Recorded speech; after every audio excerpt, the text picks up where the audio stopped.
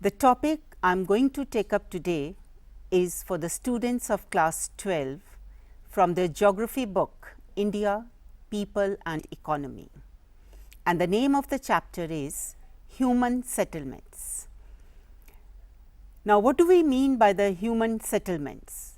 It means the cluster of dwellings of any size or type. Mind children, I said the size may also vary and the type may also vary. Where the humans live is known as a settlement. Settlements vary from hamlet to metropolitan city. So, that means it is the number of people living in any of the settlements. Now, we will be taking up few terms which are used as per the census of India. Number 1, city.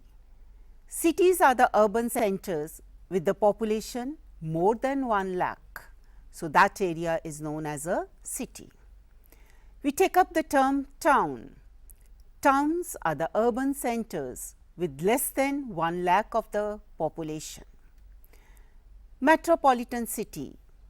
Cities having the population between 1 to 5 million are metropolitan cities. And as per 2001 census, there were 35 such cities where the population ranged between 1 to 5 million. Mega city, an urban center with more than 5 million population is called mega city. We also take up the term urban agglomeration. It is a town with its adjoining urban outgrowth. So, that means an urban area where the population expands.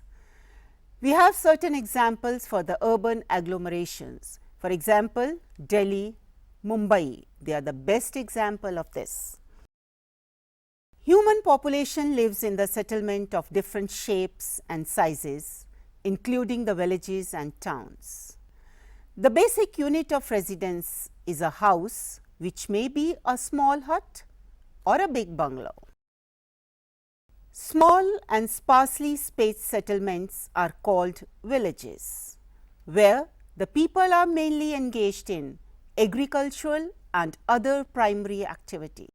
And when we talk about the large settlements, so that means they are generally the urban settlements, where the people are engaged in non-agricultural activities. So, when I say non-agricultural activities, so dear children, it can be the secondary or the tertiary activities.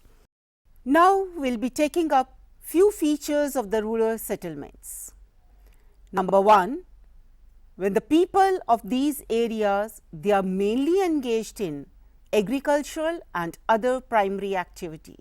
Number 2, rural settlements supply food and other raw materials to the people of urban settlements, because they have enough space to grow all these items or the raw material.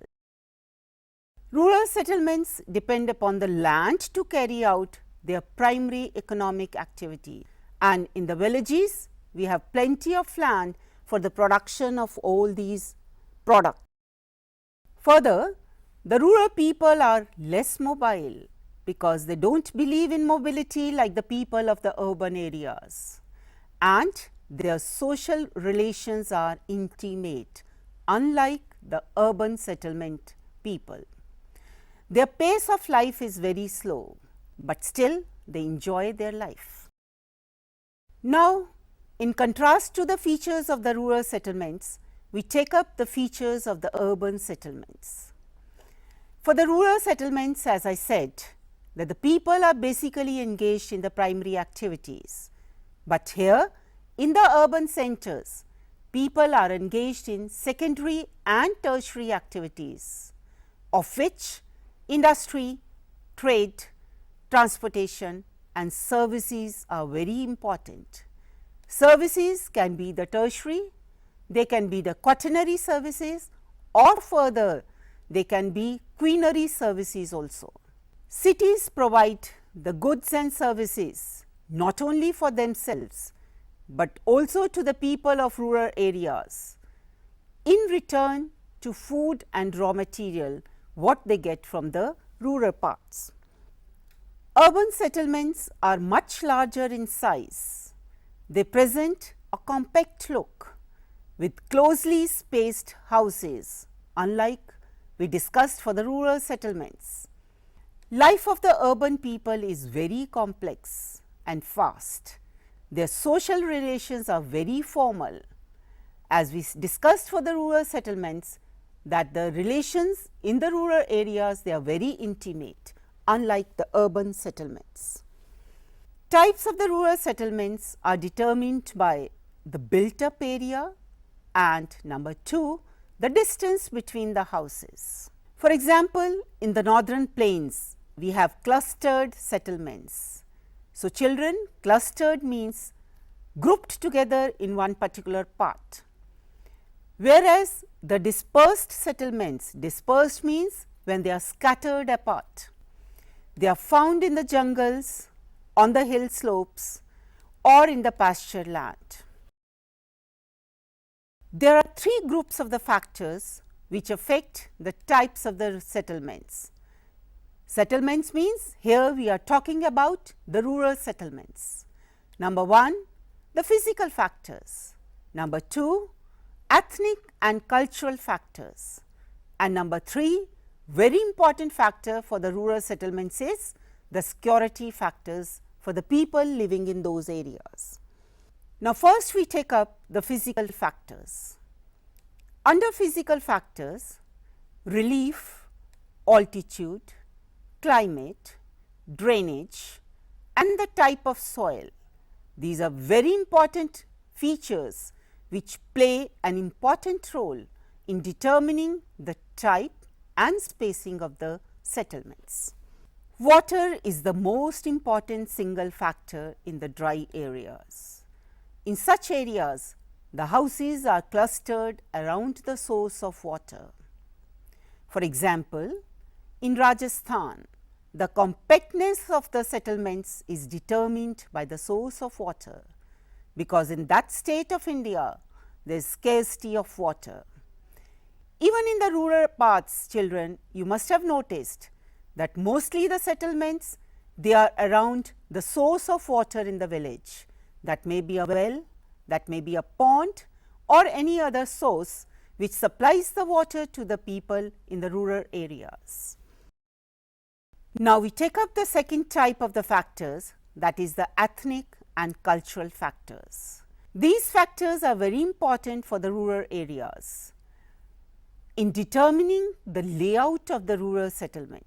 The main land owning caste occupies the central point. I said the person who belongs to the high caste, the person who is a landowner in the rural area, he is the most important personality of that particular part. So, his settlement will be having the central position and will form the nucleus of the village. It attracts the other caste groups who provide the services to the village community. Harijan dwellings are generally situated on the periphery away from the main settlement, because these are the people of the low caste who provide the services to the upper class people of the rural areas. So, that means it shows the social segregation. It also leads to fragmentation of a compact settlement into several units, because when we talk about the fragmentation, so that means on the basis of the social segregation, the compact settlement gets dispersed into the different dwellings. Now, the third important factor is the security factors. These factors play an important role in determining again the types and the distribution of the rural settlements. Defense against theft and robberies is the main consideration. So, people prefer to live in compact settlements to defend themselves against the attacks by the wild animals as well, because generally there are certain examples where the wild animals, they enter into the village and harm the village folk. So, they want to have the security for themselves, and in such areas the village folk try to live in the compact settlements. Now, another phase of the chapter which we are going to take up is, that is the types of the rural settlements. So, we will be talking about the 4 types of the rural settlements. Number 1, clustered, agglomerated or nucleated. Number 2, semi-clustered or fragmented. Number 3, hamleted settlements. And number 4, dispersed. Now, these types we will be discussing one by one. Number 1, clustered or agglomerated, or we also call them the nucleated. So, the first feature of these types of settlements is, they are generally characterized by the compact and closely built block of houses. Number 2, in such settlements, the general living area is very distinct and separated from the surrounding farms. The narrow streets, they separate the 2 rows of the houses. These settlements present a definite layout plan, which means the rural settlements can be of linear shape, rectangular shape, L shaped, or sometimes they are shapeless also. Compact settlements are normally found in the fertile plains or the river valleys, and sometimes the people live in the compact villages for the security and defense reasons, as we have already discussed. Number 2 types of the settlements is semi-clustered or fragmented, just opposite to the compact types. The features for these settlements are, number 1, such settlements may result from segregation or fragmentation of the large compact village. In such cases, a section of a village society chooses or is forced to live little away from the main cluster. So, this already we have discussed under the social segregation. In these villages, the landowning and the dominant community lives in the central place, and the other people who belong to the lower caste, they live in the peripheral areas, and such examples are very common in the plains of Gujarat. Now, the third type is the hamleted settlements. A compact settlement often gets fragmented because of the most important reason is the social segregation, and this is imposed by the caste system. Secondary settlements units are often known as Panna, Para, Palli, Nagla or Dhani. Children, these are the terms which are locally used in certain areas, and Para is made up of less than one caste. Now, the last type is dispersed or isolated settlements. These settlements are known as scattered or sprinkled settlements because they are dispersed. Hamlets are scattered over the large areas. There is no specific plan, and the settlement unit is a single hamlet.